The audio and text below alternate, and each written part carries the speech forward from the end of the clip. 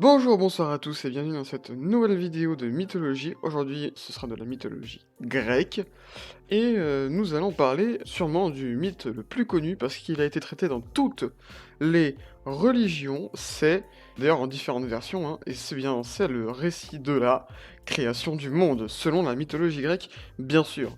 Donc ce qui donne en grec, donc c'est écrit en gros, hein, est Démiurgia ton Cosmon. Ouais, ça sonne pas très bien, non, ouais, je me disais aussi. Aujourd'hui, donc, nous allons voir comment débute toute cette histoire folle dingue qu'est la mythologie grecque. Donc, c'est parti. Et donc, vous allez voir, vous allez avoir l'habitude un peu de tout ce que je vais dire dans cette vidéo, puisque ce sont des thèmes repris dans beaucoup de débuts de mythologie. Donc, pour commencer, au début, il n'y avait rien. Classique. Puis de ce rien, encore classique, un être tout-puissant. Ici, Gaïa, déesse de la Terre, donc qui a pour projet de créer la Terre, hein, apparaît de nulle part. C'est logique. Ensuite, elle engendre toute seule, hein, et ce bébé c'est Ouranos, donc dont elle a besoin pour accomplir son projet de créer la Terre, puisque c'est le dieu du ciel. Et donc tous les deux, ils vont copuler, voilà, hein, parce que vous allez voir qu'il y a beaucoup d'inceste et d'amour de ce genre dans la mythologie grecque. Donc ils vont faire l'amour, et de cette union naîtra la Terre, qui n'a, mais alors, rien à voir avec Windows XP, bien sûr. Donc, suite à cette petite union entre les deux dieux mères, ou pères, il y aura des enfants qui seront engendrés, que Uranos déteste. Je vais donc vous les présenter. Donc, ils sont regroupés en trois espèces, les titans. Non, je rigole, c'est les cyclopes, ça, voilà, vous avez eu peur. Hein. Donc, les cyclopes, qui sont les meilleurs amis des opticiens de l'époque, hein, parce qu'ils ont qu'un œil. Ouais, faut suivre, c'est subtil. Et les Zécatonchia, voilà, donc c'est une bestiole qui a 1000 bras, 1000 têtes, 1000 yeux, 1000 jambes et un seul abdomen. Donc voilà, ça fait beaucoup. D'ailleurs, on pourrait même dire que c'est carrément un Pokémon. Voilà, la blague est faite. Sauf que Uranos, comme il les trouve hideux, il va créer un endroit appelé le Tartare, dans lequel il va expédier en vol première classe ces deux, entre guillemets, espèces de fils et filles, parce qu'il y a des filles aussi, dans le Tartare, donc qui est un lieu où les êtres qui y sont souffrent mille et une douleurs, sans mourir parce que théoriquement parlant, ils sont déjà morts. Ou alors, s'ils y sont, c'est qu'ils ne peuvent pas mourir. Ensuite, c'est là que c'est marrant, Uranos et Gaïa donc copulent à nouveau. D'ailleurs, Uranos a du courage, hein, parce que pour ne pas engendrer des bestioles comme ce qu'il vient d'engendrer. Enfin bref, de cette union naissent les enfants préférés d'Uranos, les titans. Pas ceux-là. Voilà, ceux-là.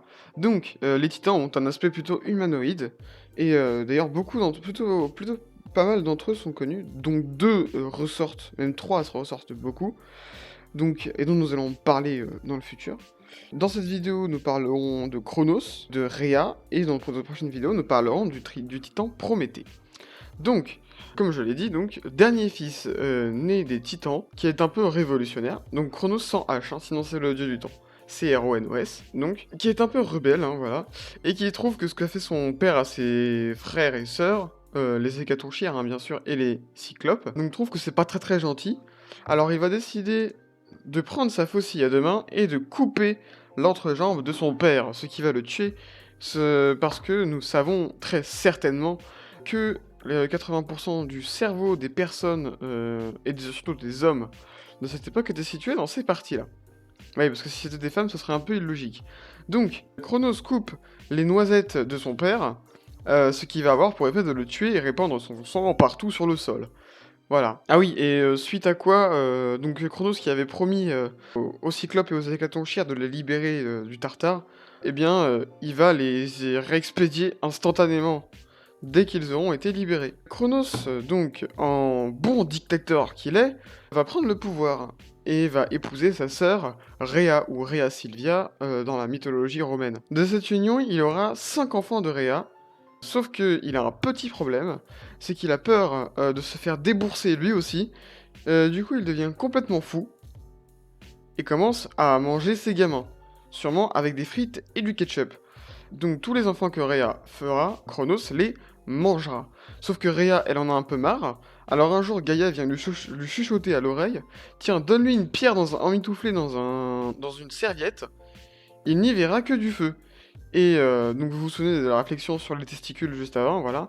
Vous savez où est le cerveau à cette époque, où est le cerveau des garçons à cette époque-là. Donc Chronos va donc manger la pierre dans la couverture et va même la trouver délicieuse. Et pendant ce temps, le dernier fils né de Rhea s'en va. Il sera élevé par des chasseurs et allaité au pis de la chèvre Amalthée, donc qui est une déesse qui est transformée en chèvre.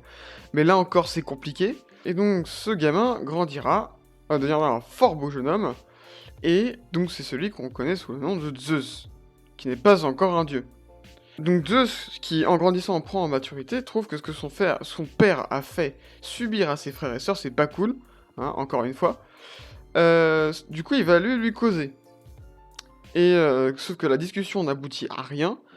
Du coup, il file une boisson qui fait gerber son père pendant plusieurs jours, hein. Et de ce vomi magnifique, naîtront les 5, enfin du coup 6 avec Zeus, dieu de l'Olympe, qui auront eu le temps de grandir dans l'estomac de leur daron. Parce que oui, là encore, c'est logique. Donc ces dieux principaux. Donc ce sont les 6 premiers dieux qui ont composé le cortège de l'Olympe, donc ce qui sera plus tard l'Olympe. Hestia, la déesse de la maison, donc la déesse du foyer, hein.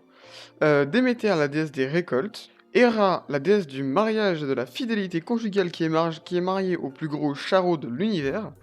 Donc Zeus, le dieu des mers, non, pas celle-là. Et c'est pas lui le dieu des mers. Zeus, c'est le dieu des dieux, voilà. Parce que vous allez voir après pourquoi. Poséidon, qui est le vrai dieu des mers, hein, mais pas celle que fréquente Zeus, hein, les 7 mers. Hein. Et Hadès, qui a le pouvoir de rien du tout, si ce n'est contrôler où vont les morts. Ce qui est un pouvoir plutôt pas mal, quand même.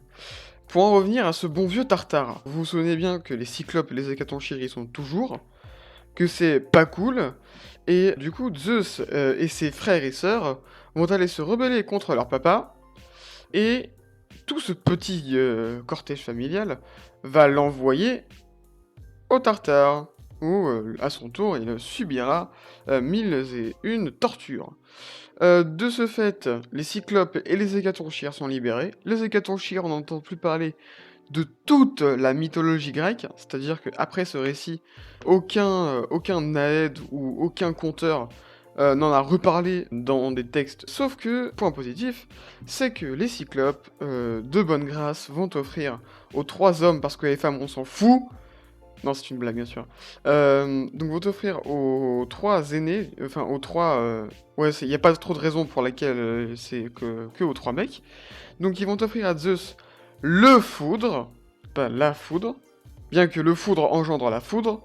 Voilà. Ils vont offrir à Poséidon un trident qui lui permet de déchaîner les mers, et offrir à Hadès un casque d'invisibilité qui lui permet du coup de se rendre invisible, comme vous l'aurez deviné. Suite à quoi, Hadès, Poséidon et Zeus vont tirer au sort les lieux qu'ils vont gouverner. Et donc, Hadès, qui n'était pas un grand chanceux, comme on le dit, déjà qu'il a un chien à 3 têtes, donc c'est pas ouf, mais en plus, il hérite de l'enfer, qui, contrairement à ce qu'on le pense, n'a presque rien à voir avec le Tartare. Parce que l'enfer est constitué du Styx, qui est un grand fleuve dont on parlera plus tard, du Tartare donc, et des Champs-Élysées.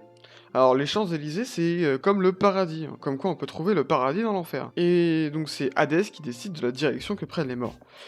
Poséidon gouvernera donc les 7 mers, pas celles que gouverne Zeus bien sûr, même si Zeus en a gouverné bien plus que ça, et d'ailleurs il sera dieu de l'Olympe, donc il gère le ciel et la terre, donc tout ce qui se passe sur terre, c'est Zeus, tout ce qui se passe dans les mers, c'est Poséidon, et tout ce qui se passe sous la terre, c'est Hadès. Donc j'espère que vous avez plutôt kiffé ce petit format vidéo ludique, donc tout en s'amusant bien sûr, et en se tapant des bonnes barres.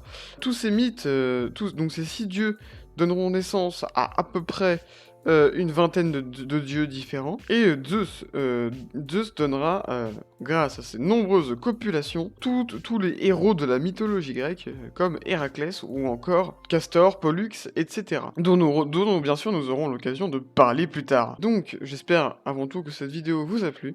Si c'est le cas, n'hésitez pas à aller vous abonner à mon Instagram, où je posterai le prochain sondage dans les jours qui viennent, hein, normalement.